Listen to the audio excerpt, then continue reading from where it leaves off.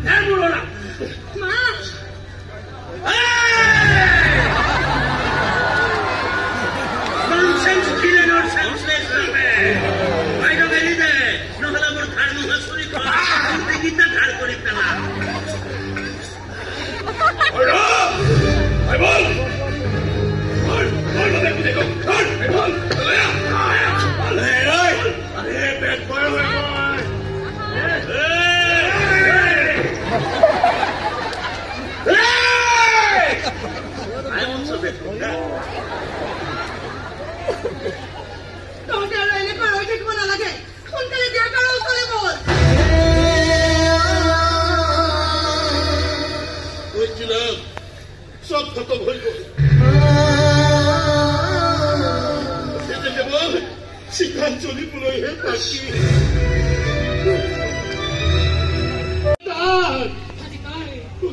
আমি হয়তো মাৰি পেলাবই লাগিব